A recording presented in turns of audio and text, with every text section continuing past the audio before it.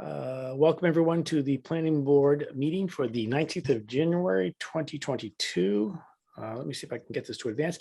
So as a preliminary matter, my name is Pete Pecos. I am the chair for the Newbury Planning Board. Please permit me to confirm that all members and persons anticipated on the agenda are present and can hear me. Planning board members, when I call your name, please respond in the affirmative. Larry Murphy. Here. Thank you, Larry. George Morse. Here. Thank you, George. Leslie Matthews. I can see it. Okay. Looks like she froze. Uh-oh. Okay. Hopefully she'll be back. Woody Knight. Here. Thank you. Mary Stone. Yes. Great. Town staff, when I call your name, please respond in the affirmative. Martha Taylor. Here. Thank you. Emily Noble. Here. Thank you. Anticipated speakers and presenters on the agenda, please respond. Paul Donahue. Yes, Paul Donahoe. Thank you, Paul. Rochelle. Yes. Hello. Rochelle.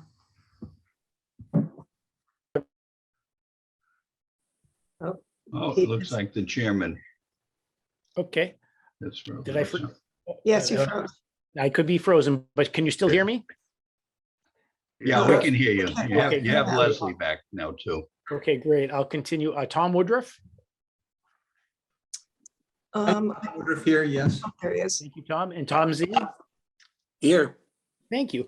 Good evening. This is January 19th, 2022. The open meeting of the Newbury Planning Board is being conducted remotely, consistent with the act relative to extending certain COVID-19 measures adopted during the state of emergency, which extends March 12th, 2020 order suspending certain provisions of the open meeting law until April 1, 2022. This order suspends the requirement of the open meeting law to have all meetings in publicly accessible physical locations and allows public bodies to meet entirely remotely so long as reasonable public access is afforded so that the public can follow along with the deliberations of the meeting. For this meeting, the Newbury Planning Board is convening by video conference via Zoom as posted on the Planning Board's agenda, which can be found on the town's website and which identifies how the public may join. You may join us by going to http://zoom.us and entering meeting ID 832-714-13056 or by calling 929-205-6099 and entering the meeting ID number when prompted. Please note that this meeting is being recorded and that all attendees are participating by video and/or telephone conference. The meeting is also being broadcasted live through local access cable channel 9 on Zoom and at www.tnctv.org, and the recording will be available on the Newbury Access YouTube channel. Meeting materials were provided to the board members prior to the meeting for review. Applicants or their representatives may be called upon to speak and, if needed, share information to the screen. Please state your intention after you've been called. Before we turn to the first item on the agenda, permit me to convey and cover some ground rules for clear and effective conduct of our business and to ensure accurate meetings. I, as a chair, will introduce each speaker on the agenda. After speakers conclude their remarks, I will go down the list of board members, inviting each by name to provide any comment, questions, or motions. Please hold until your name is called. Further, for all attendees except board members and staff, please remember to mute your computer with a mute button or on your phone with a *6 to toggle to mute or unmute when you are not speaking. Please use earbuds or earphones with tablets or cell phones. Please remember to speak clearly and in a way that helps generate accurate minutes. Please be aware that video participants can see you, and you should take care not to screen share your computer. Anything you broadcast may be captured by the recording. For any responses, please wait until I yield the floor to you. State your name before speaking. If board members wish to engage in discussion with other members, please do so through the chair, taking care to identify when you would like to speak. With regards to public comment, there'll be an opportunity for public comment and questions during our public hearings. After board members have spoken, I will afford the public an opportunity to comment or ask questions. I will seek questions and comments through the Zoom raise hand function. For video conference participants, to raise your hand, hover over the bottom of the Zoom window below the photo gallery and click on the gray hand that appears. Please ensure that your name, excuse me, is fully and correctly displayed on the participant list, you may rename yourself by using the more functions next to your name. For telephone participants, to raise your hand in the Zoom meeting, hit *9 on your keypad. I will then allow questions and comments from members of the public who have raised their hands in the order which they are listed, which is determined by the order in which people click the raise hand function. Each participant will be called on to provide his or her name and address, and then ask a question or make a comment. I will afford the applicant or the participant or his or her representatives the opportunity to reply. Your hand will be lowered when you've been given the floor for your question. I will then continue down the list of raised hand column and afford the participant applicant representatives an opportunity to speak. Should there be any physical electronic submittal of questions or concerns, they will be noted for the record. And again, the participant applicant representative will be afforded the opportunity to speak if the issues raised have not yet been addressed. Each vote this evening will be conducted by roll call. All right, let me minimize this screen now and let me move over to our agenda. So the first item on our agenda, Paul Donahue's submission of an A&R plan for a lot line change at 60 Plum Island Turnpike, map R50, lots 9 and 10. Applicant Save the Pink House owner, USFWC. Who will be addressing us this evening? This is Paul Donahoe. Hi, Paul. And hi, nice to see you all. So I can introduce it now, some comments. Would you like me to pull it up on the screen, or do you want to make some comments first? I don't need it on the screen, but you folks may, I don't know. But Yeah. anyway, I'm Paul Donahoe from Donahoe Survey. And this is a Form A application for an A&R plan at 60 Turnpike Road.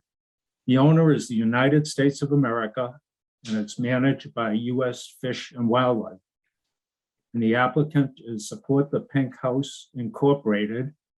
Rochelle Joseph, the president, is involved at this meeting. And the purpose of the plan is to divide 2 existing parcels into 1 lot, which will contain the existing building, the Pink House, and 2 parcels A and B, which are not building lots. They're entirely within the salt marsh. There's no change to contiguous upland associated with the lot that is being built on. So we've not changed it.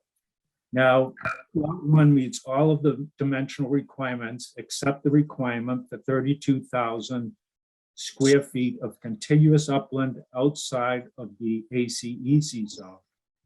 A variance has been granted by the ZBA for that nonconformity. So we believe that approval under the subdivision control law is not required, and we request that the endorsement by the planning board for that. And I'd be glad to answer questions if you have them. Okay, thank you, Paul. Martha, do you want to just pop up the plan for the board to see? Sure. Okay. And from my understanding, Martha, a variance has been granted by the ZBA for lot 1. That's the building lot which contains the Pink House. Which is right But here. but the variance is required due to not enough contiguous upland in insufficient area outside the ACEC. That's And- correct. right. The dimensional requirements are that it have 32,000 square feet of contiguous upland. It only has 20,000, and the entire parcel is within the ACEC. Let me ask the board members if they have any questions. And again, variance has been granted by the ZBA for lot 1. I'm going to start with you, Larry. Larry, do you have any questions, sir? No, I do not. Okay, great. George, do you have any questions, sir? No, I do not. Okay, great. Woody, do you have any questions, sir? No, I do not. Okay, great. Thank you. Leslie, do you have any questions? No, I don't. Okay, great. Mary, do you have any questions? No. Great. Then if there are no questions from the board, I would entertain a motion to vote to endorse the A&R plan. So moved. I'll Thank you, George, for the motion. Is there a second? second. Thank you, Larry. There's a second. On the motion, any discussion, Larry? No. Any discussion, George? None. Any discussion, Woody? None. Any discussion, Leslie? No. Any discussion, Mary? No. Okay, then on the question, how do you vote, Larry? Yes. Thank you. George, how do you vote?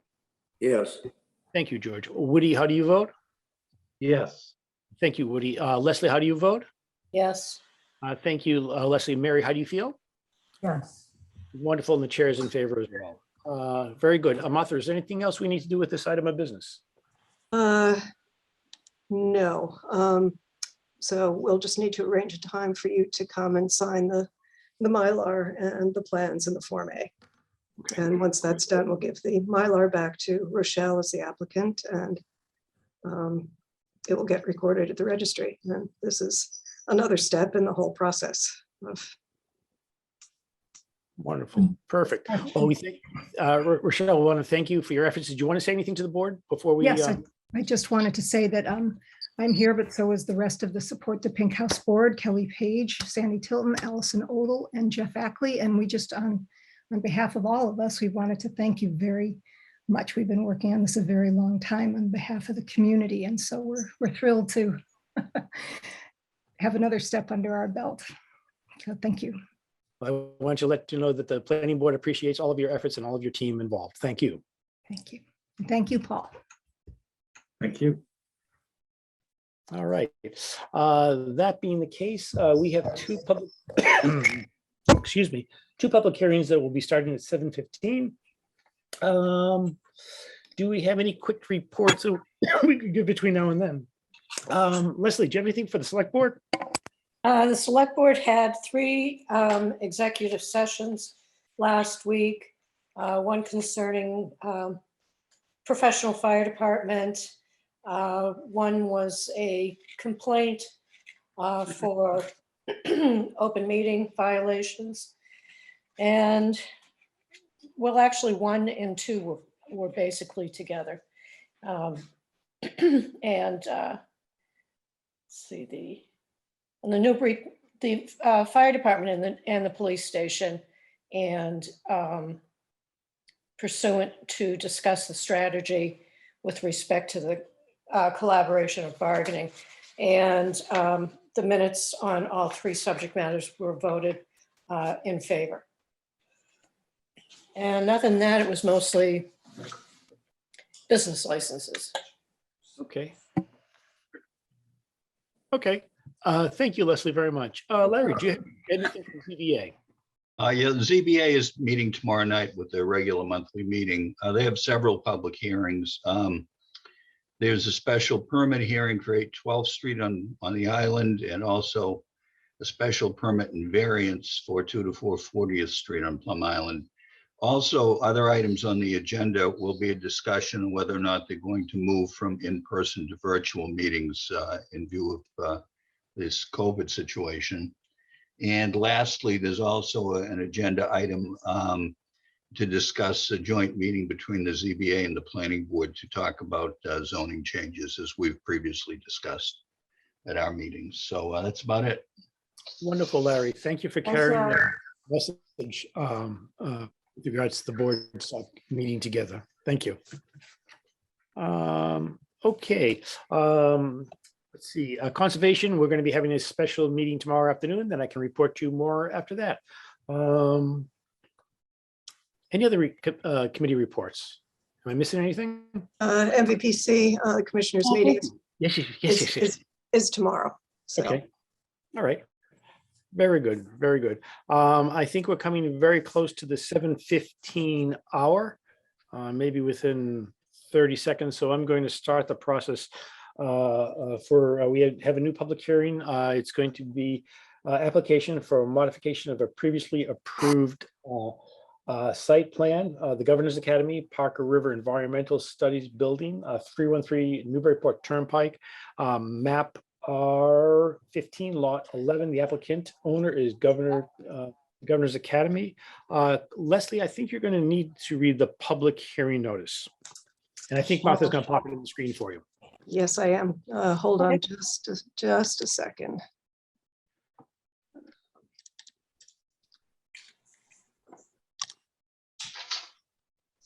Bear with me. I forgot to get it ready. I apologize.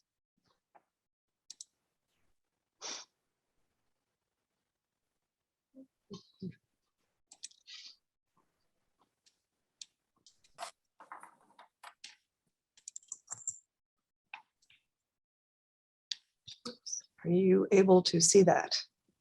Yes, and if you could enlarge it a little bit for Leslie, that'd be perfect. I will do Thank that. you. Let's see. Don't really need the billing information. How's that? Is that big enough? Yes, Perfect. very good. Legal notice, Town of Newbury Planning Board Public Hearing Notice.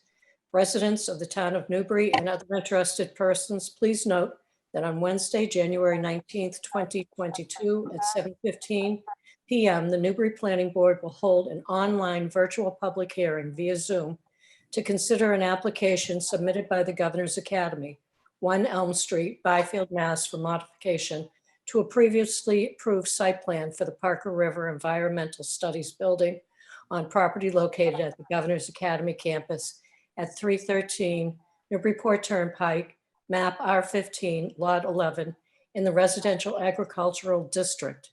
The applicant is requiring approval of modifications to the previously approved building layout and site improvements and the addition of a dock to the Parker River as shown in a drawing set entitled Parker River Environmental Studies Building. The Governor's Academy dated December 3, 2021 modification and described in supporting materials. All has been prepared by Meridian Associates and by Flansborough. The application is on file for review during regular business hours with the town clerk and is in the Planning Board office, 12 Kent Way, Byfield, Massachusetts, and may also be reviewed on the Planning Board section of the town's website. For more information or to request a copy of the application, contact the planning office by phone at 978-465-0862, extension 312, or by mail at planningboard@townofnewbury.org. All persons interested or wishing to be heard on this application should appear at the time of the place designated herein. Interested persons may participate in the hearing remotely from their computer, tablet, or smartphone at https, these crazy things, /us 02web.zoom.us /J/832714130056 or by telephone by calling 1-929-205-6099 US and using meeting ID number 832-7141-3056, or may watch the hearing live on local access cable television, Channel 9, or at www.tnctv.org. Peter Pecos, Chair, Newbury Planning Board, published the date, Newburyport Daily News, January 3rd and January 10th, 2022. Leslie, thank you very much for reading that. Thanks, And I know Leslie. that whole HTTP thing is just a tongue twister. It's certainly All right. Martha, can you confirm that we've received proof of mailing to abutters and copies of the tear sheets? We have. We've received receipts for mailing. I think all the green cards except for 2 were received back by the applicant, and they've provided copies of the tear sheets from the newspaper. Okay, great. Thank you. Then I'd ask the applicant to introduce the team of members who will be representing them to make a presentation to the board. Who'd like to do that? I'll go ahead and start. I'm Drew Garvin. I'm with Meridian Associates, with the engineer for the project. Tom Woodruff is here representing Governor's Academy. And we've been working together along with the architects to put this plan together. As was stated before, this was previously approved back in 2018, and we're applying for a modification, which includes slight change in the building footprint, as well as a change in the pathway that leads down from the building to the Parker River. That's it. I can put it up on my screen, Martha. I don't know what's best to go over the project. I should mention we've just prior to this, we have met with conservation as well and got it approved. This is also approved, a notice of intent with them back at the same time in 2018. And we did recently receive approval for that this was a minor modification to that notice of intent as well. So yes, you are set to share your screen if you'd like to. Okay. Do that.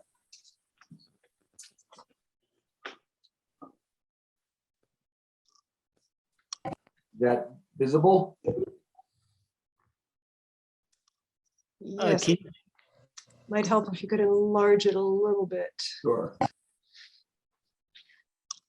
I'll be able to zoom in here as we go. Just an overall picture of the project. This is on the back or north side of the campus. These are the existing maintenance buildings off of Middle Road that provide access to the project.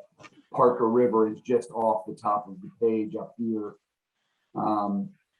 The project proposes there's an existing paved drive that comes up to about this point, and we're proposing to extend that drive and include parking as well as some drainage and utility infrastructure that leads to the end with a walkway leading up to the proposed science building, environmental studies building here. And as I said, the modification really deals with this building footprint. It was slightly changed and slightly adjusted in its angle as well, I believe. And the previous pathway was proposed to be a stone dust pathway that sort of meandered all the way over here and then came back around and meandered. It was a little bit more extensive of a pathway to improve the disturbance in this area. It's now proposed to be a raised boardwalk, approximately 2 feet above ground, kind of set a lumber boardwalk on some piers that will be, I believe, every 15 feet approximately, that will lead down and provide access all the way down to the Parker River and the proposed dock area. So that's the summation of the proposed project, and I'm prepared to answer questions as well as go over. We received peer review comments a few days ago, and I've tried to address them in the letter that I sent today for the board, and I'm happy to go over that as appropriate. Okay, Tom, do you have anything that you'd like to add? Well, let's see. I think the dock is included in this modification as well, correct? That's correct. So that's one other addition to the request for a modification to the plan, is the addition of a seasonal dock located on the river, just on the top of the page there. We can pull up a detail on the dock, but see, aside from that, I think Drew has covered it. Yeah, the changes to the building really just changed the footprint a little bit, changed the orientation, lowered the roof line, and it enlarged the footprint very minorly. I think all in all, the plan modifications, with the exception of the dock, have minimized impact on the landscape, on aesthetics, and other impacts on the area. Do you by any chance have the plan that Overlay plan? prepared, the overlay plan showing? Sure, I can call that up. I'm still sharing, right? Yeah, I think that might be helpful.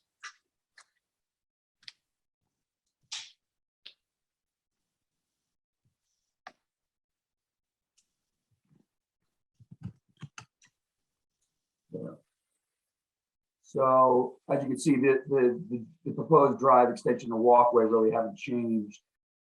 In red was the previous approved footprint and layout, and just overlaid on the proposed plan.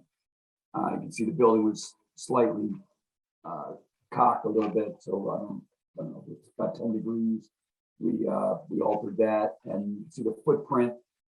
I believe you really gain it right about in this area, but it's a very similar footprint that Tom said it increased a small amount. But here's that pathway that it used to come all the way down here and then double back around, and sort of had a couple of angle points to meander back down. We really simplified that by just putting it out here. A ramp was added to the proposed building to kind of lead you down that new proposed boardwalk. Right, and Drew, you also had a separate path going down the middle, so there was a lot more disturbance, if I remember correctly, correct? That's right. This is kind of signifying a staircase that went directly down into the dock area. The proposed dock was kind of a placeholder over here. We moved it to just slightly over, but anyway, there was a stairway that led directly down, straight down. I should note this path, the purpose for meandering was to cut along the existing contours and provide the appropriate slope for handicap access, which is 5% slope. So to do that, you really have to serpentine it down this slope. So both were proposed, but we've removed that. We've removed the stairway, and this will be the only access proposed to get down to the river. Great. Drew, could you also take a couple minutes to just comment on peer review Joe Walker's initial comments, just so you could bring those to the board's attention? Sure. If it's easier, I can. Would it be best to just draw up call up the letter itself and to share? However you'd like to do it, that'd be great. Do it that way. So Joe peer reviewed it, and his breakdown is sheet by sheet. He had some comments, and I can jump back and forth. Just let me know if you have a question or want me to jump over to the plans. The overall plan shows some future landscaping along the existing drive, and it was just on there for reference only. He was clarifying that was only on there for reference for future improvements, and that was correct. A cantilever dock, gangway, and float have been added to the plans, as we discussed.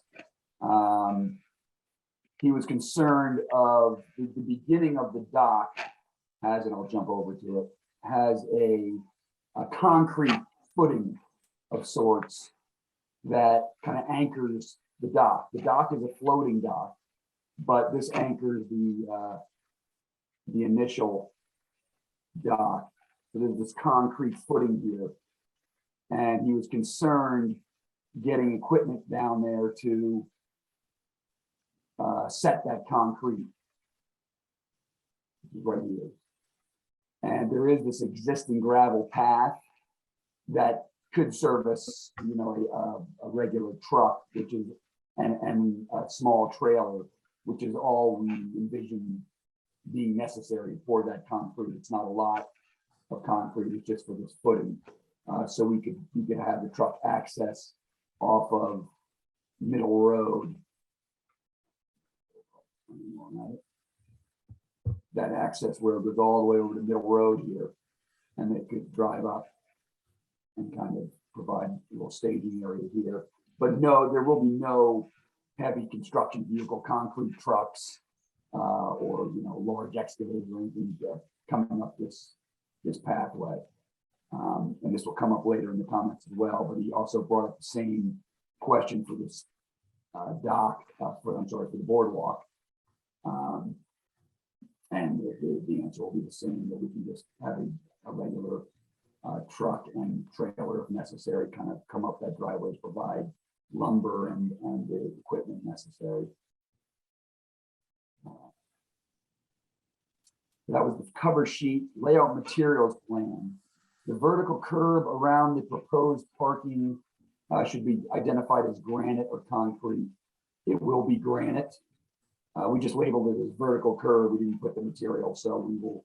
All these plans, I should mention, will be revised to deal with the comments as I've laid as we go over them here. I just didn't get a chance to fully revise them, and I figured there might be other additions based on this meeting. So yeah, we'll label them granite curbing, and that'll be placed on the plan. The raised boardwalk is proposed between the building and dock, giving the limit of work about 7 to 8 feet wide. He was looking for an explanation of how that's going to work. And I was just saying, so the dock, has piers that are called Pier Foundations on this detail. So these are set, as I understand it, from like a handheld piece of equipment that will drive them in. And so it will not, it's not really even a machine, it's not a machine on wheels. It's a handheld instrument, like similar to a jackhammer, I believe. So that can be brought into that gravel drive and they can install it as they go up the walkway. It starts here, so they can kind of mobilize here, bring it up, and then just go as they go up here. And this heavier dark line is what we're showing as the limit of work.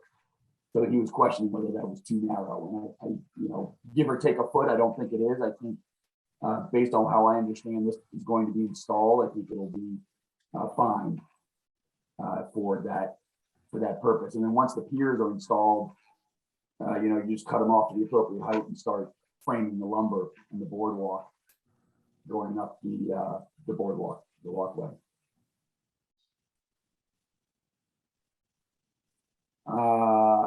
Item 3, proposed water and electric service should be shown between the building and dock, and a limit of work line shown, as this will involve excavation along the steep slope.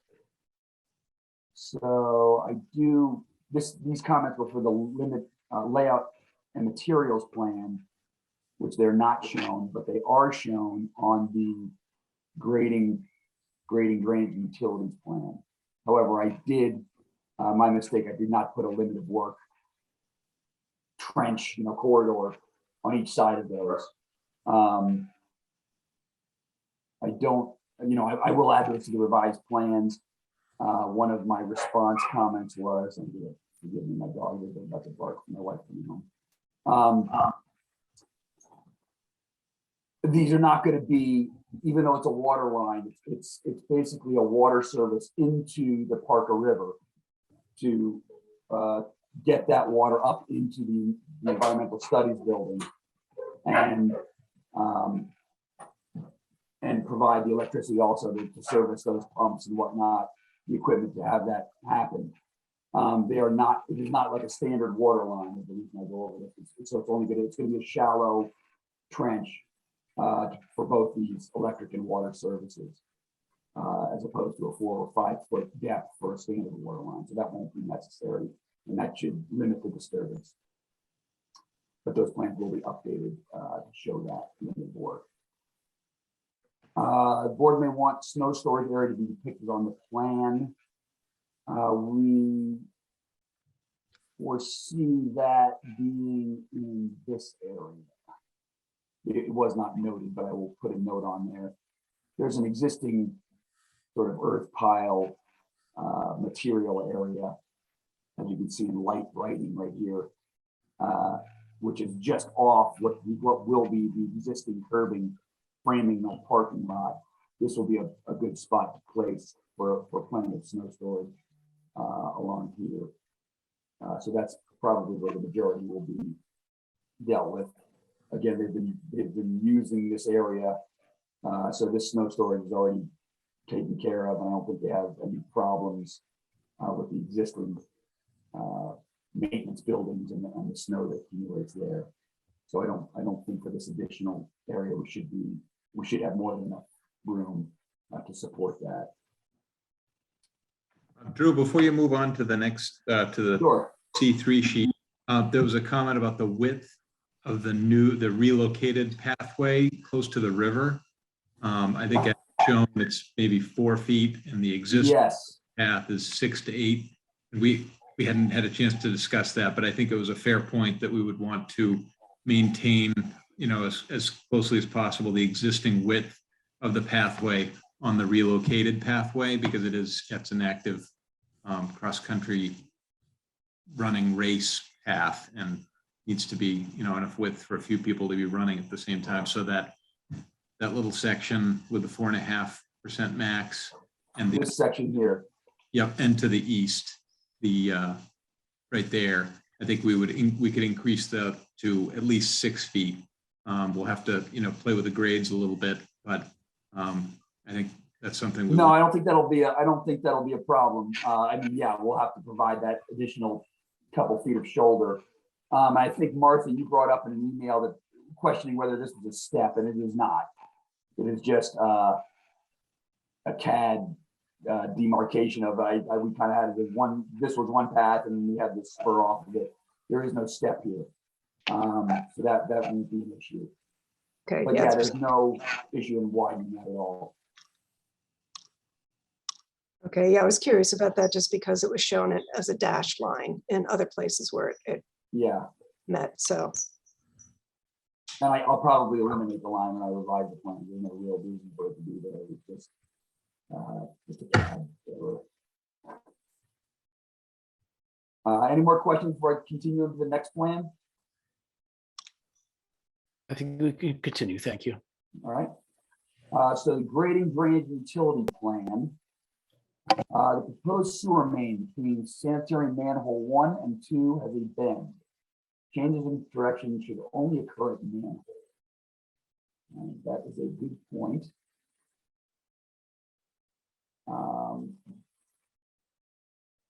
Let's try to switch over to the drawing so you can see. So he is talking about here. Here's manhole 1, and here's manhole 2, and he's talking about this bend here.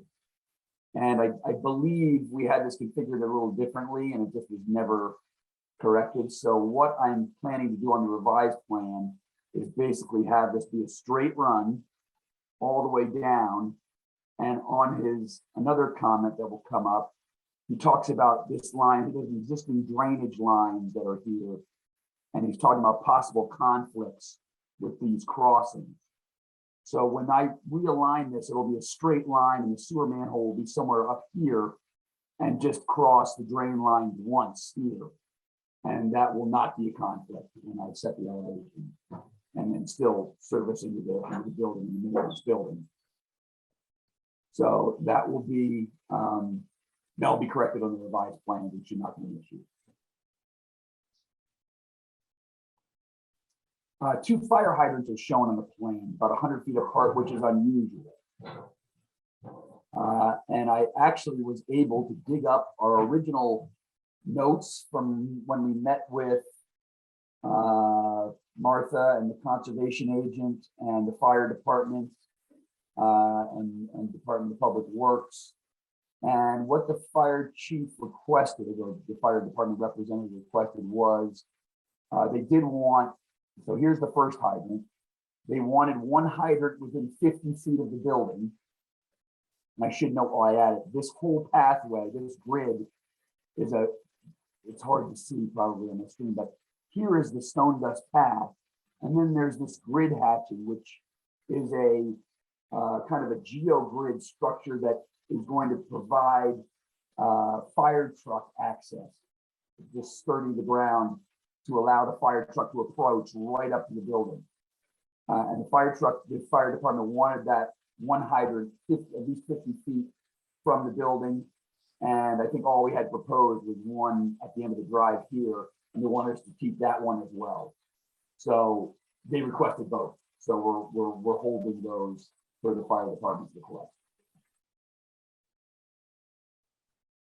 There appears to be a conflict between the 6-inch sewer main and the 12-inch drain line. That's what I was referring to previously when on the crossings, and that will be corrected when I straighten that sewer line. It appears that all proposed grading is not accounted for between basin 1 and the 100-foot buffer. I'll show you where that is. Yeah. So what happens is down here, we show these proposed contour lines, and it doesn't quite tie in to this existing slope here. In other words, there's a gap between like 34 and 28 or 30. And we have to fill those, I need to fill those lines in to show that slope. So these might tighten up a little bit up here as well, but I need to kind of fill in that gap to show that it ties directly into what the existing slope is there. So again, that'll be addressed on the final plan, on the revised plans.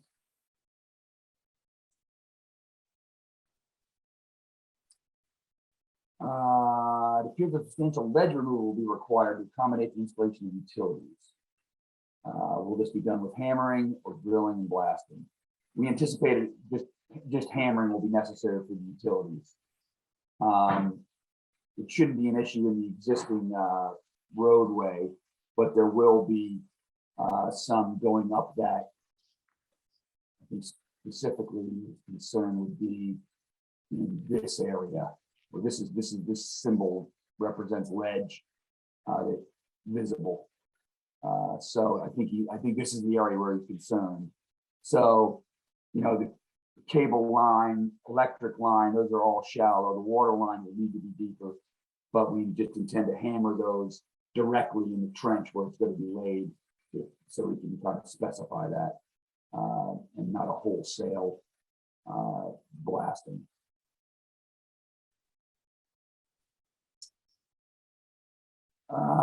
The raised boardwalks will be 2 to 3 feet above grade in some location, appears to be 2 to 3 feet above grade in some locations, but at grade in other locations. He wanted confirmation that the runoff, that the boardwalk is doing what is intended, which is to be raised above grade and allow stormwater to run underneath. So that is the intent. I did review this for his comment. I believe this is pretty consistently 2 feet above grade. There were a couple spots here where it looked close to existing grade. I'm going to revisit these grades and revise a couple, but we're not too far off if it is off. So it just gets a little tricky where it kind of runs along, you know, that slope. So I will, you know, when they're in the field, they'll be able to set those and it'll be clearly 2 feet above grade where we set them. So I don't want to give too much credence to these spot grades, although they are important because we do have to maintain the 5% pitch. So, you know, this comment is valid, and I will button that up on a couple of the spot grades on this second portion of the boardwalk to make sure that we are compliant and doing what's intended. Details provided for basin 1B1, but not for 2 or 3.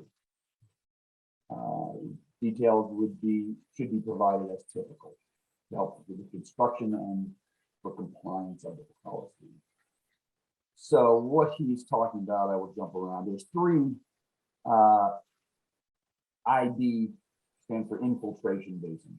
So there's IB1, which is down here, and this is the one that's detailed.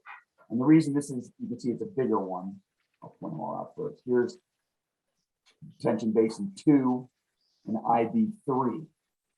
So 1 is a little bit more significant in that it is piping in some structures directly to it and has OCSs, which is outlet control structures. Let me jump to the detail to help see that.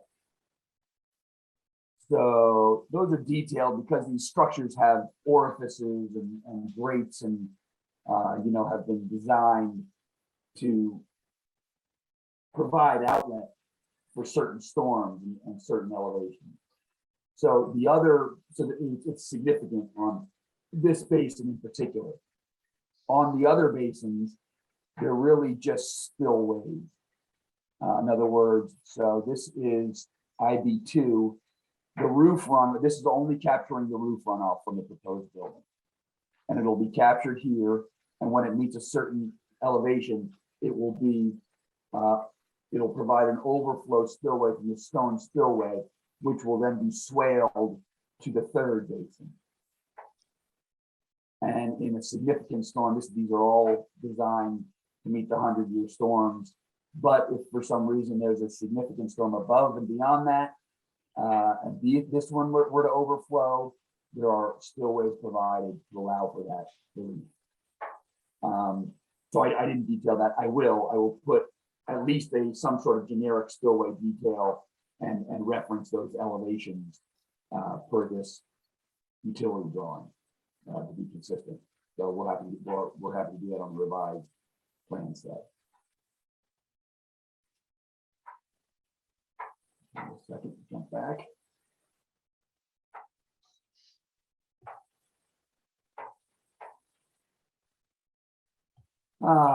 Question 9. You should address how all the proposed interface basins comply.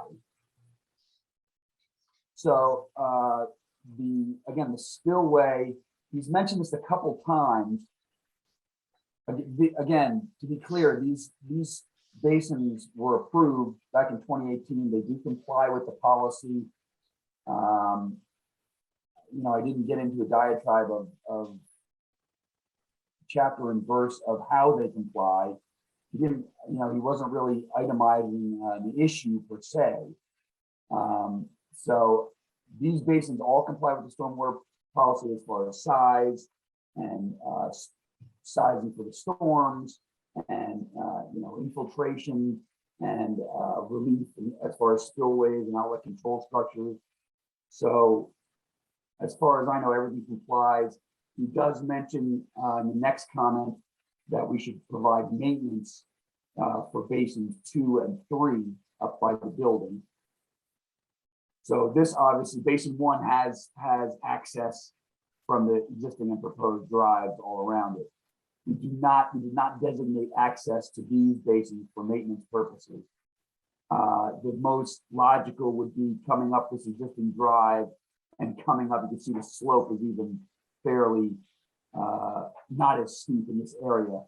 So on the revised plans, I'll dash in sort of an access way coming up here. So, if some small mini excavator was needed to, dig out the ponds, if they were silted up or something to that effect, we could get it up there, and I'll dash in where that would be. So it's just shown on the record, so future contractor would see what the best way to do that is, or what was intended.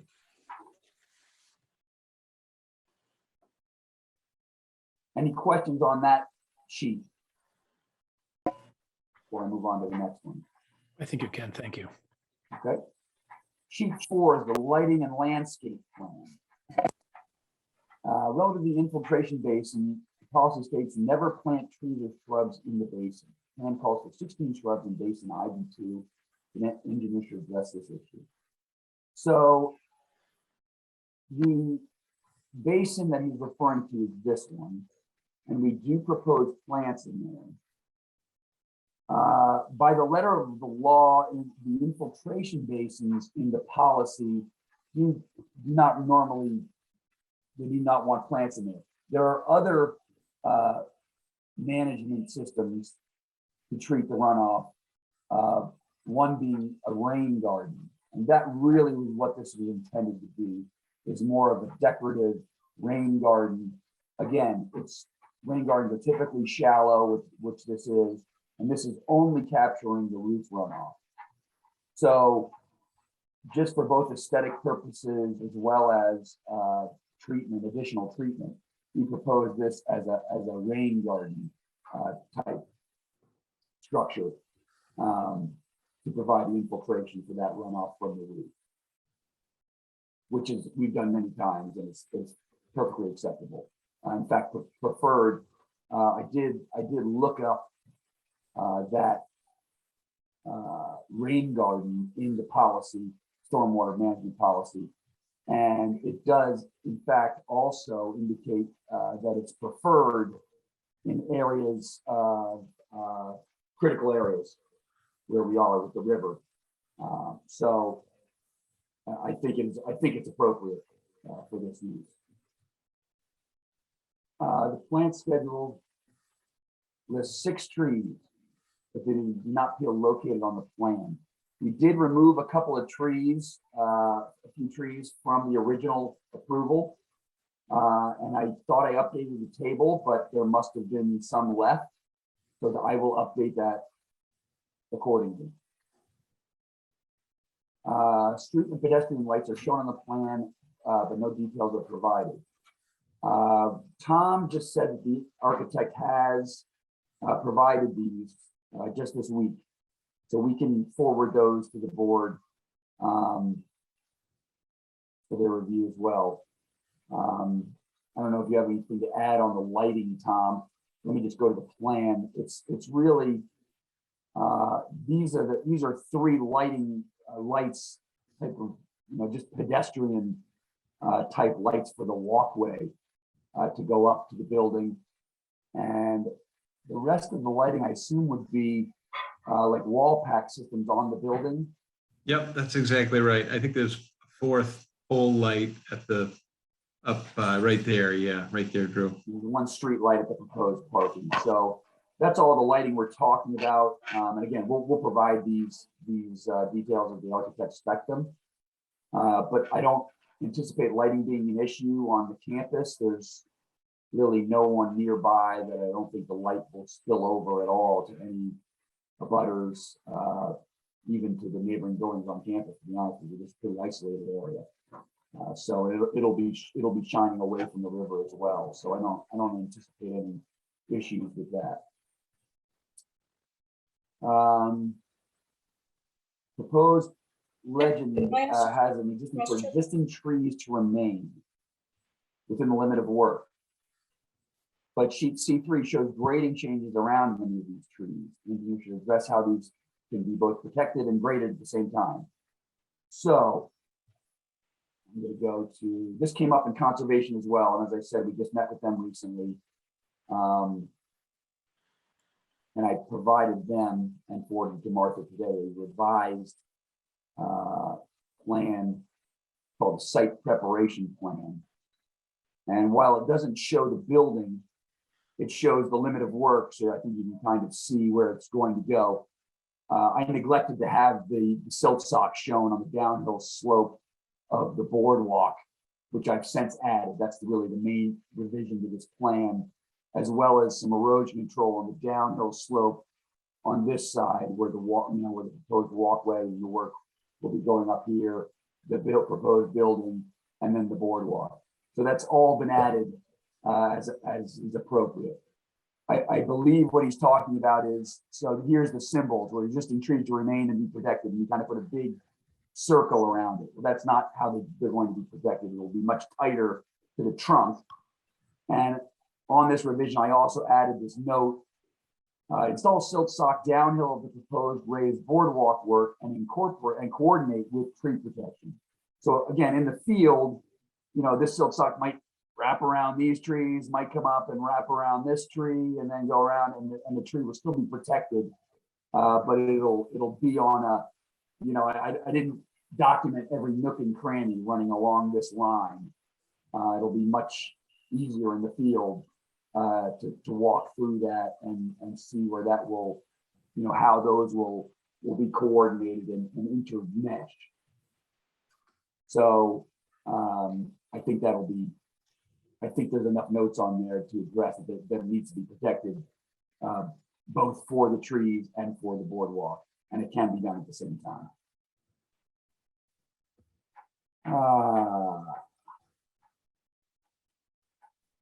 This speaks to the revised plan as well. Rather than placing a silt sock at the limit of work near the proposed building, the only erosion control is 100 feet down slope adjacent to the Parker River. So again, we didn't have all this shown. We only showed this one. down here. We only had one silk sock all the way down here, and I neglected to show all this. So this is what the revised plan will look like, incorporating additional erosion control, both for Joe's comments and conservation, satisfy both. The area near the existing earth, oh, I'm sorry, the board may want soil material stockpile areas to be shown on the plan. And that will be on this same plan. I did not show it on the revised, but it will be on this final version. And I foresee this, again, this earth, here's the existing earth pile. And the proposed parking will kind of run right up in this area. This will be a good spot away from the resource areas and any critical areas to stockpile materials and whatnot, and be, you know, fairly in a helpful place for the site work. Otherwise, yeah, nothing can be really stored on the slope. Anything significant is just too steep and not appropriate. So this is where I foresee, you know, I'll put a circle or two calling out proposed stockpile areas for construction.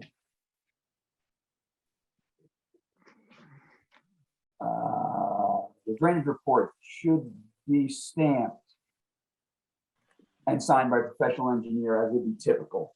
It was stamped. It is, and I understand why he missed it. In the back of the report, there's a checklist with a form and a box for the PE signature, which is on there. What we'll do is we'll just stamp the cover sheet as well, so it's obvious to anyone who needs to review it or see it. In that report are watershed maps. They're 11 by 17s. On a site this size, I can see where he might have trouble reading them. He requested full-size watershed maps, which I will be happy to provide. Mentioned previously, again, this is a reader of the infiltration basins complying with the stormwater policy. I kind of reiterated that we consider them compliant with stormwater policy as they were approved previously. And if there's a specific item missing or that needs to be addressed, we're happy to do so. But you know, it's our position that they meet the policy in every way. That's it.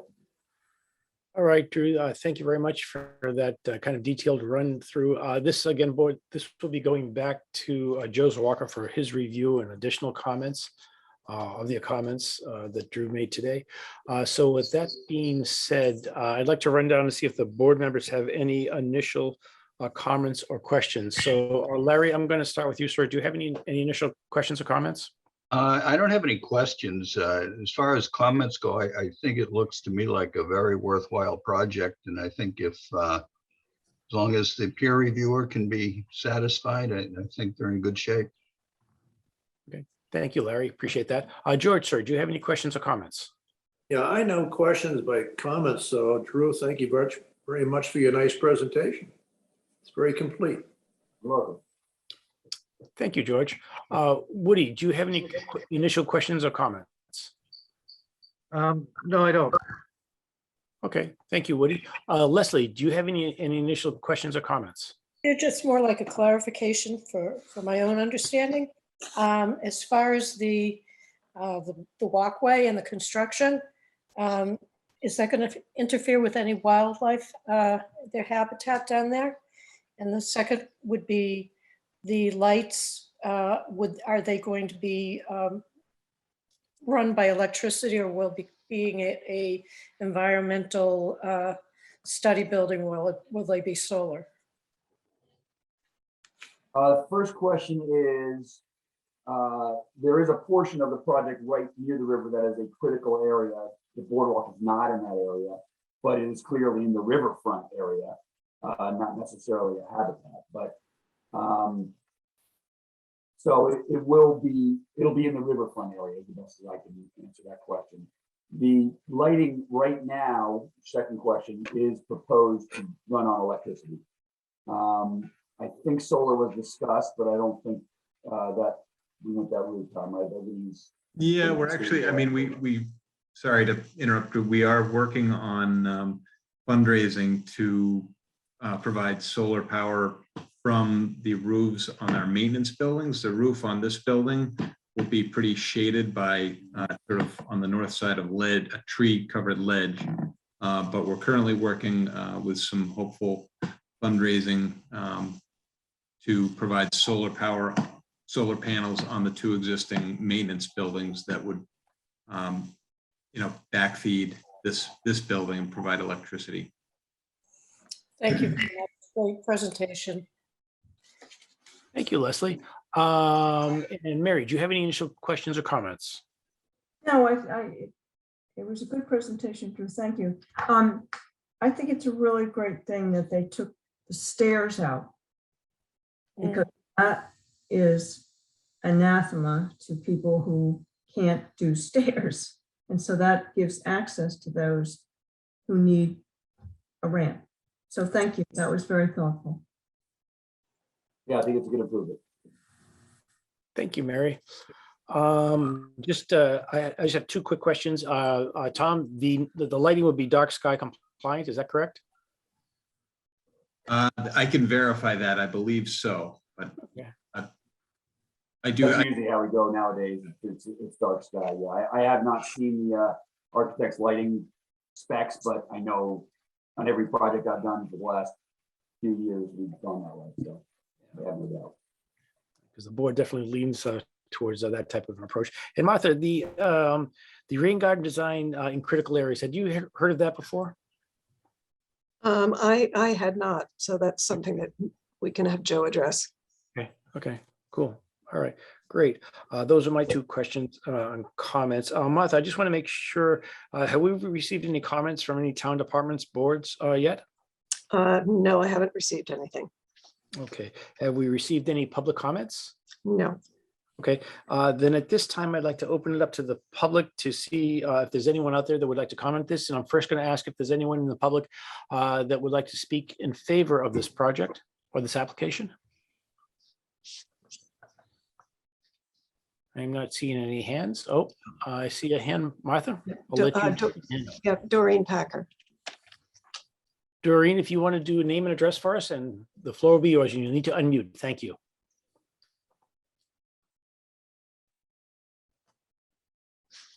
Hi, this is Dana Packer, live 227 Middle Road.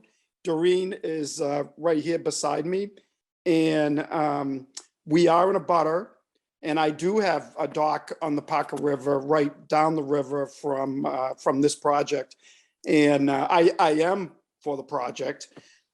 Just to throw that out there real quick, is the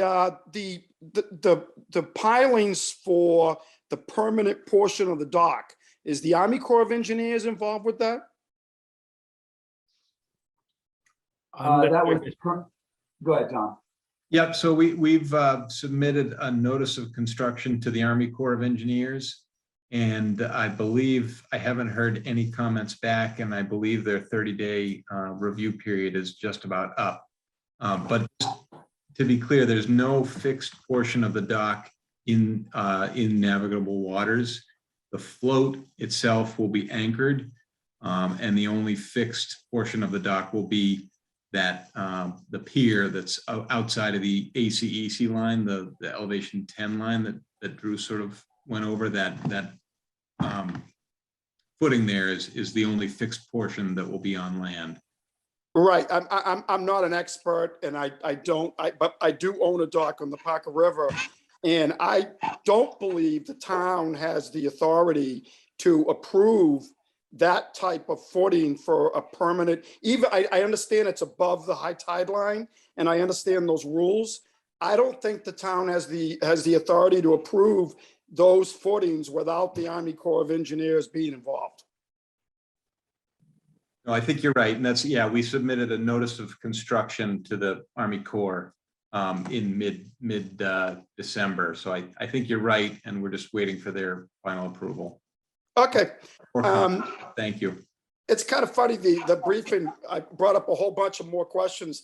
Leslie mentioned like the habitat and the wildlife. I have a lot of deer run through my backyard on a daily basis. And I know that the original plans did not have the raised boardwalk. In my own opinion, for the deer to get from the middle, from the west side of this project to the east side, it's not going to happen. They're not going to be able to do that. Not without swimming around your dock. Well, I would disagree. There is the gravel access. It does stop before it gets down to the bottom. So they'll always be able to get down in and around that existing gravel access, as well as in front of the building, between the building and the parking area and maintenance area, which is No, all I heavily wooded areas. understand. They'll get through. I understand. And listen, I'm not trying to give anybody a hard time here, but I know that you are significantly reducing their ability to move from east to west through that project. And I just, as long as the EPA is okay with that, and listen, I'm a firm believer in people ought to be able to do on their property what they want to do. So I'm not trying to throw any stones here. It's just a concern of mine. And I guess last but not least is there going to be any watercraft on this dock? That doesn't really matter to me either, because it's your perfect right to do so. I'm just curious. Yeah, thanks, Dana. The plan is to have a small, maybe I say small, but 20-foot-ish runabout open style boat for, taking small groups of students down up the river for, science work. I love that. And okay, this is the question my wife and I had together earlier today is are people going to be made aware, the operators of this small 20-foot craft, are they going to be aware of the no wake policies in the town of Newbury? And is there going to be any training involved, and who's going to be the supervisor of this craft, and so on and so forth? Yep, no, absolutely. No, those are great questions. And we have some work to do policy-wise internally to, set up rules and procedures for how watercrafts are operated. But hopefully it'll ease your mind a little bit there. We are hiring a director of this facility. It'll be somebody's full-time job to run the operation, supervise anybody who's working therein, and make sure everything's done safely and keeping the neighborhood in mind. Yeah, I think he's asking if you're going to drive the boat. Are you going to drive the boat, Tom? I hope so. What? I'm sorry, I didn't hear what you said initially. I was teasing Tom. I think Tom's going to drive the boat. Okay, so. Okay. Because I just got to say, with not GDA, of course, but with other boaters on the river, I have a problem with no wake going by my pier. And I've addressed it with the harbor master and stuff. And listen, I guess that's all I have to say. I'm all for the project. It's very extensive. The only, the comment I had about the engineers and the deer is about all I have to say about it. So good luck with the project. Thank you, Dana. Thank you very much, Dana. I appreciate it. Is there anyone else that would like to speak in favor of this project from the public? We have Jen Solis from the Daily News has raised her hand. Jen, please go ahead. Name and address. Thanks. Yeah, are we muted? Are we? If I did, I didn't mean to, sorry. Okay, not a problem. Your hand was raised. I'll try to lower it now, Jen. Thanks so much. I got you. Hands lowered. Is there anyone else from the public that would like to speak in favor of this project? I don't see anything. Is there anyone that would speak against this project from the public? I'm not seeing anything. Martha, are you? No, I'm not seeing anything. Okay, let me see if there are any new questions that have cropped up from the board from what we've heard so far. Larry, any new questions or concerns from the discussion? No, sir. Thank you very much. George, any new questions or concerns from the discussion? No? Thank you. Woody, any new concerns or questions from the discussion? None. Thank you. Leslie, any new concerns or questions from the discussion? Nope. Okay, Mary, thank you, Nope. Mary. Okay, thank you, Mary. All right. We should probably schedule a site walk because I think, Martha, the last time we did a site walk for this project was probably what, 3 or 4 years ago? Yes, and I think only 2 of you were on the board at that time.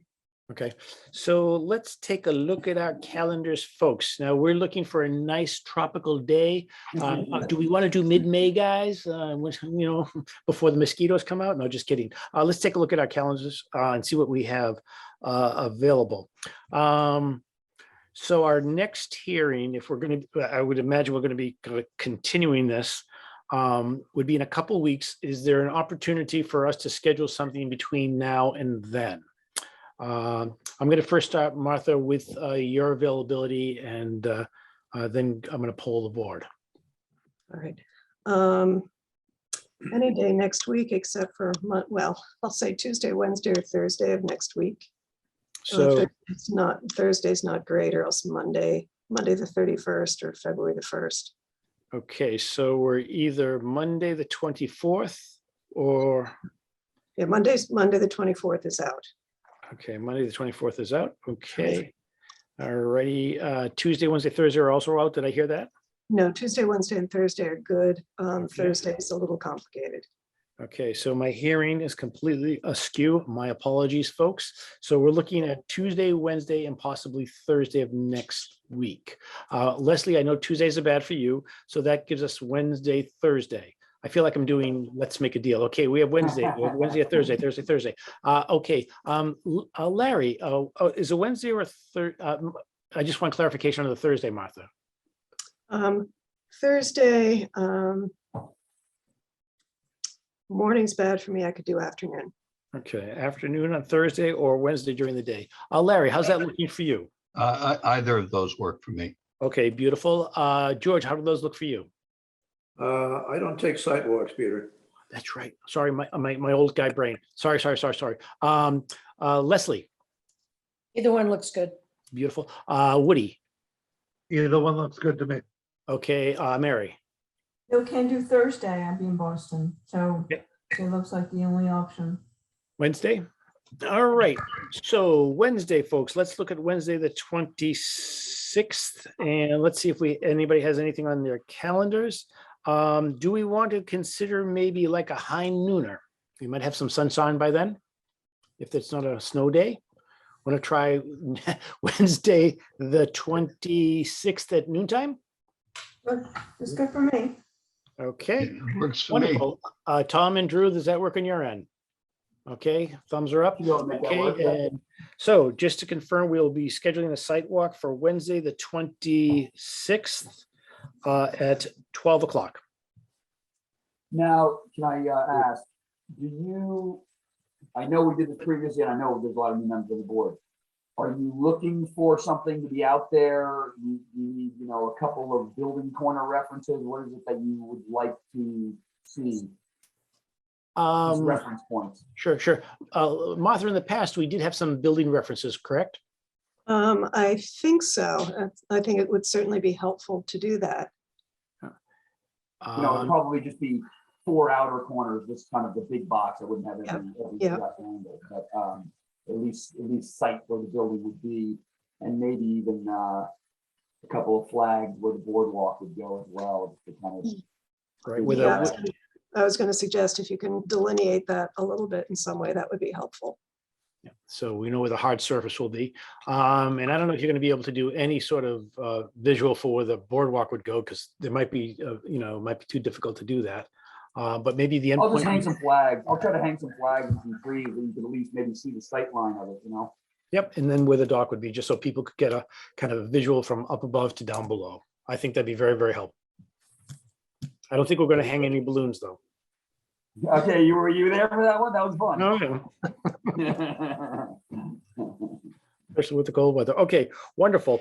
That being the case, I would like to continue this hearing. Martha, do you think that we would have everything back by Joe by the 2nd, or should we look to the 16th? Well, question back to Drew, I guess. So if I heard you correctly before, your intention is not to actually revise the drawings until you've gotten all the comments? Is that correct? Well, when you say all the comments, I've gotten all of Joe's comments. Right. I'm Usually, ready to revise them now. I was waiting for this meeting in case you guys had any additional comments. okay, all right. But, assuming that the town is not gonna, police and fire are not gonna have any additional comments, I can revise the plans now and have them to you next week. Okay, yeah, I guess the question is then, usually Joe does a, sort of 2 rounds of review. He'll review your response letter and any plan revisions that you've done. So I kind of put that back to you then as to whether, if you're going to revise the drawings based on his comments and what you've heard tonight, Sure. if there's enough time to get those revisions done and have Joe review for the 2nd. Yeah, I mean, I think so. I can, so he can sit on my response letter, and then he'll get the plans next week to go along with that response letter. Mhm. And so that can all be done next week. I think we can make the 2nd. Yeah, sure. Okay, and I know there is some time sensitivity to this as well, Tom. Yes, yeah, we're still hoping for a late February, early March groundbreaking. Is there after the decision is made, is there a 30-day appeals period? It's a 20-day appeal period, yes. So once the decision is made, it's been filed with the clerk, signed by the board and filed with the clerk. Okay. From that perspective, the 2nd would be ideal for my. Okay, then I would entertain a motion to continue this public hearing to the 2nd of February at 7:15. So moved. Thank you, Woody. It's moved. Is there a second? Second, Thank you, Leslie, for the second. On the motion, any discussion, Larry? no discussion. No. Thank you. Any discussion, George? No. Thank you. Any discussion, Leslie? Nope. Thank you. Any discussion, Woody? None. Thanks. Any discussion, Mary? No, Okay, great. On the question, how do you vote, Larry? On the Yes. motion? Yes, thank you. Thank you, Larry. George, how do you vote on the motion? Yes. Thank you. Leslie, how do you vote on the motion? Yes. Thank you. Woody, how do you vote on the motion? Yes. Great. Mary, how do you feel about the motion? yes. All right, the chair is in favor as well. Folks, we'll be seeing you on the sidewalk the 26th at noontime, and we look forward to continuing this public hearing on the 2nd of February at 7:15. Thank you very much. Okay, thank you. Thank you All very right. much. Great. Okay, continuing on our agenda, Martha, do you want to update me? Or let's say this was to be a public hearing on the special permit for the solar on the landfill and. Correct. So that hearing opened on the December 15th and was continued to tonight. And we received a request this afternoon from Eric McLean on behalf of the applicant Alliance Newbury 1 LLC to continue to the next available meeting. Okay, Because there's some things that need to be sorted out, sort of following up on the site walk. okay.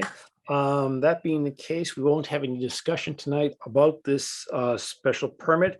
So I would entertain a motion to continue this public hearing to the 2nd of February at 7:15 via Zoom. So move. Thank you, Larry. Is there a second? Second. Thank you, Woody. On the motion, any questions, any discussion, Larry? No. Discussion, George? No. Discussion, Woody? None. Discussion, Leslie? No. Any discussion, Mary? No, Okay, great. On the motion, how do you vote, Larry? Yes. Thank you. George, how do you vote? Yes. Thank you. Woody, how do you vote?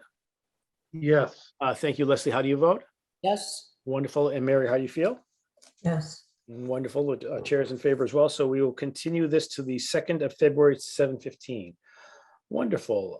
Continuing on our agenda, I see under new business, I see the word none next to that. Is that correct, Martha? That is correct. All right, under old business, I see 15 Coleman Road.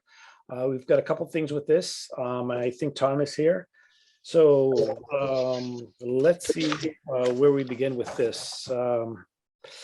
So the first is regarding the performance covenant for the release lots 1 and 8. And another thing that we were waiting for before, Martha, was a certificate of compliance. And where do we stand with that? So I haven't received any updates on that. Perhaps Tom can address that. All right. Hello, Tom. Hello, everybody. Thank you again for this old business greeting. A little frustrated. We haven't made a lot of progress with weather and availability of materials and people. Very frustrating, but nothing is significant to report. We're still waiting for some blasting and for some pumps for the septic system right now. So that is just something that I guess at this point we should just wait until, rather than continuing to bring this in, let's just wait until I supply a report or information that it is complete at some point in the future. I never expected to run into these problems. It's sort of what we're dealing with in the economy right now, and I can't control it completely. Very frustrating, but we're still anxious to get it done, but we realize that the releases can't happen until we're done. So we'll get it done. I can't say when. Okay. So that's the update. Great, Tom. I think that approach makes perfect sense rather than, Okay. I mean, we like seeing you and everything, but Yeah. I'm I sure your appreciate family it. would like to see you too. Okay, but I think we've made some progress, Martha, on some of our legal documents because I've been seeing correspondences back and forth, as has the board. So why don't you bring us up to date where we are first with our restrictive covenant and HOA documents? So those have both been reviewed by our town council and by Tom's attorney, as well as by me. And as of this afternoon, I think there are final versions of those that everybody appears to be satisfied with, and those have been distributed to the board. All right, so I think that's very, very good news. That being the case, I think we can, unless there's any discussion from board members, Larry, any discussion? No. Okay, George, any discussion? No, Okay, Woody? None. Oh, Leslie? Nothing. Okay, great. And Mary? Okay, then what I would entertain a motion to accept the declaration of restricted covenants as amended, and if any modifications that you made through our through council recommendations. So I would accept the motion to first accept the declaration of restricted covenants and easements. so moved. Thank you, George, for the motion. Is there a second? Second. Thank you, Woody. On the motion, any discussion, Larry? No discussion. Great discussion, George. No discussion. Great discussion, Leslie. None. Woody, any discussion? No. Okay. On the motion, how do you vote, Larry? Yes. Thank you, sir. George, how do you vote? Yes, Thank you. Leslie, how do you vote? Yes. Thank you, Woody. How do you vote? Yes. Okay, the chair is in favor as well. With regards to the declaration of the homeowners association, I'd accept the motion to accept that as amended. so So moved. moved. That was in unison. That's going to confuse me. Which of our attorneys would like to yield? I'll give it to George. Thank Yield you, to George. Larry. All right, George, thank you for the motion. Is there a second, Larry? Yes, I'll second A it. second. Oh, beautiful, beautiful. On the motion, any discussion, Larry? No. Thank you, George. Any discussion? No, Woody, any discussion? None. Leslie, any discussion? No. Wonderful. On the motion, how do you vote, Larry? Yes. Thank you, George. How do you vote? yes, Thank you, Woody. How do you vote? Yes. Thank you, Leslie. How do you vote? Yes. Wonderful. The chair is in favor as well. Beautiful. Okay, Martha, our next discussion point is the memorandum of understanding regarding the disposition for the Father Stone / Witch Stone. And I love it because Father Stone, because there was a Mother Stone, so I like to continue where it is. But I know other people call it other things. But that being said, Martha, bring us up to speed. So basically, this is a document that town council recommended that we draft up. We've had oral agreements with Tom regarding the disposition of the Witchstone, Fatherstone. But this basically until the A&R plan has been endorsed and the little parcel conveyed to the town, this basically codifies that agreement. And it has been reviewed again by Tom's attorney and by Tom, and as well as town council and by me. Beautiful. That being the case, I would entertain a motion to accept the memorandum of understanding regarding the disposition for the Fatherstone / Witchstone. So moved. Thank you, Leslie. There's a motion. Is there a second? Second. Thank you, Woody. On the motion, any discussion, Larry? No. Thank you. Any discussion, George? No. Thank you. Woody, any discussion? None. Thank you. Leslie, any discussion? Oh, And Mary, any discussion? This is on the memorandum of understanding. Got it. Thank you. Okay, thank you. Okay, how do you vote, Larry? Yes. Thank you. How do you vote, George? Yes. Thank you. Woody, how do you vote? Yes. Thank you. Leslie, how do you vote? yes. Wonderful. Mary, how do you feel? Yes. All right, and the chair is also in favor as well. Tom, we have made progress. So the next time we will see you is when you have septic in the ground. Could I just, yes, thank you very much. Could I just make one comment, Peter, if I may? Absolutely. We did submit a draft A&R.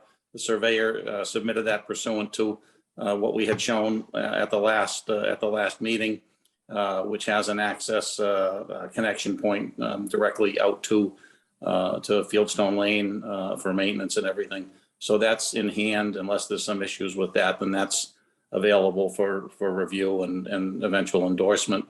I just wanted to make sure that was clear. And thank you all, especially Martha, for your patience with me. I appreciate it very much.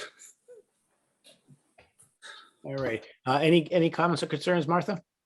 No, as Tom said, we do have the draft A&R, so I'll take a look at it and see, whether there's anything that needs to be addressed, and then we can talk about getting that submitted for endorsement. Beautiful. Okay, great. Thank you very much, Tom. Appreciate your continued diligence with this project. Thank you all very much, too. Okay, Thanks, great. Tom. Bye-bye.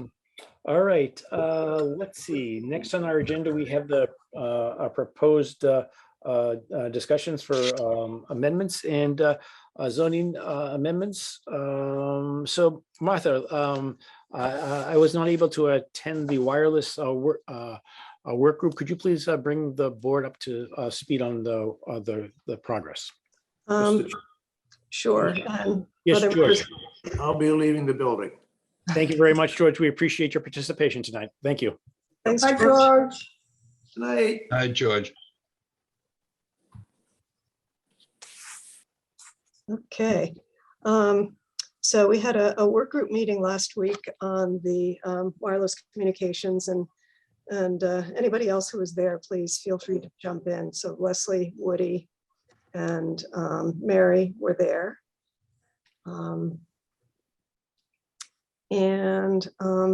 So David Maxon, our consultant, basically went through the annotated version of the draft bylaw amendments that we had previously and sort of explained the reasoning for all of that. And also went through again the coverage maps for AT&T, Verizon, and T-Mobile. And I thought it was a very helpful, useful session. I don't know if you guys all felt the same. Yes. But the way we left it, there's one component that should be added regarding small wireless facilities. So he's going to add that and provide a draft back to us in time for discussion at our February 2nd meeting, because that's really the point at which we're going to have to, the board is going to have to vote to make a recommendation to the select board to include this on the town meeting warrant. The other thing that we discussed was the overlay district, and whether you may recall there were discussions last time about putting cell towers in a couple of other locations in town to expand the overlay district. But that's a discussion that probably needs more input. So think the consensus was that we would go with the existing limits of the overlay district, which is a business and light industrial district, get these amendments passed, and then work on expanding the overlay in appropriate locations. Great. Wonderful. I appreciate the work group getting together, and I appreciate David's participation as his previous, as part of his previous contract. Any of the work group members want to comment or fill in anything that Martha said? That was thank Chairman. I'm sorry, Woody? I'll thank Martha for giving us the review of the our workshop, because she did a better job than I would have at it. Thank you, Woody. Leslie, did you want to jump in?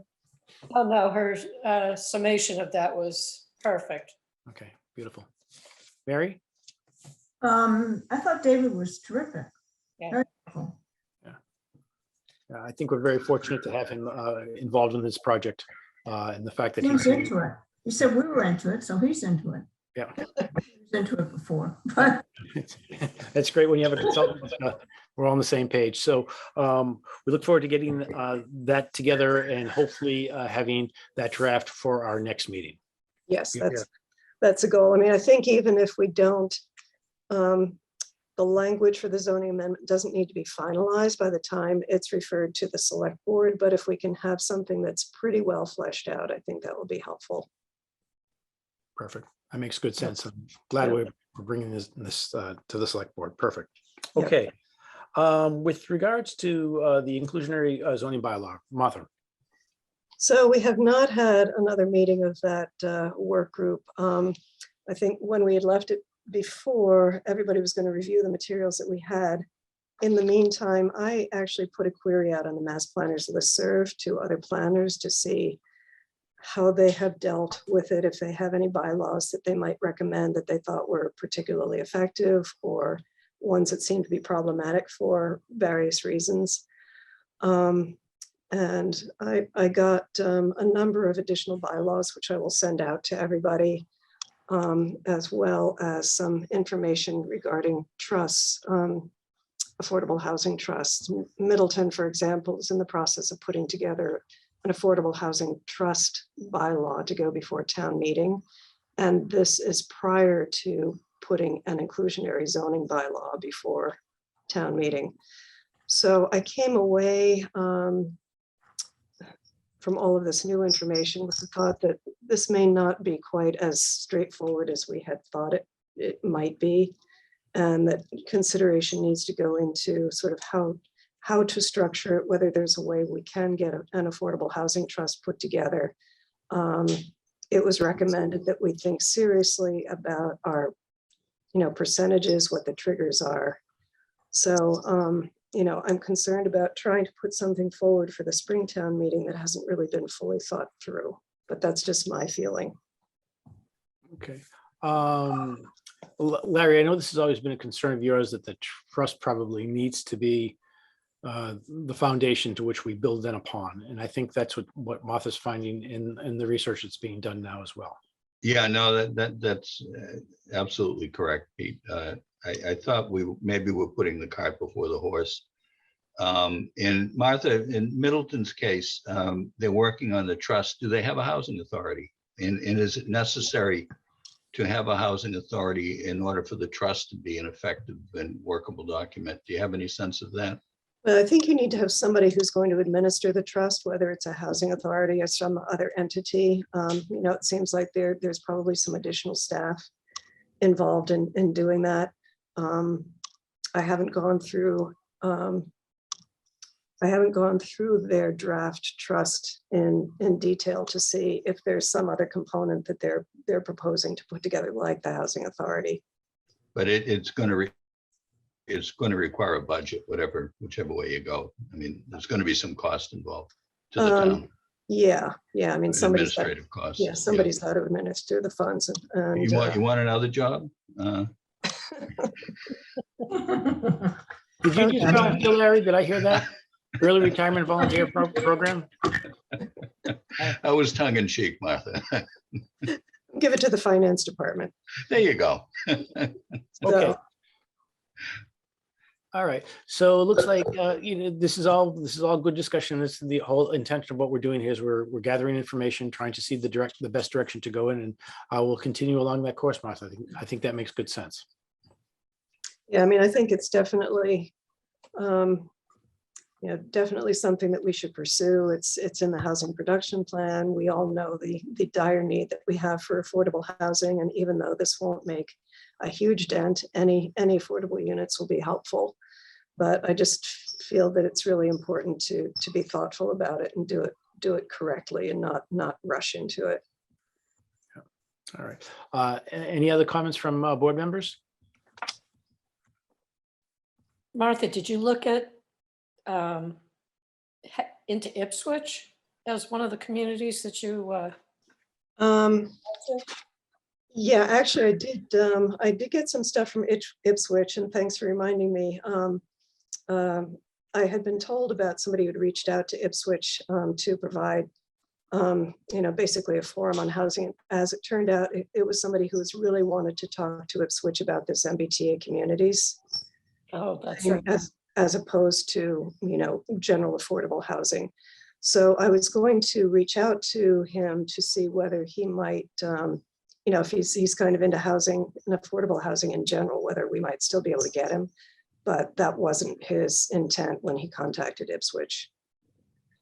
I was just curious because I'm pretty sure they have like two sizable projects going on in town right now, and I didn't know if they had included affordable housing into either one of those projects.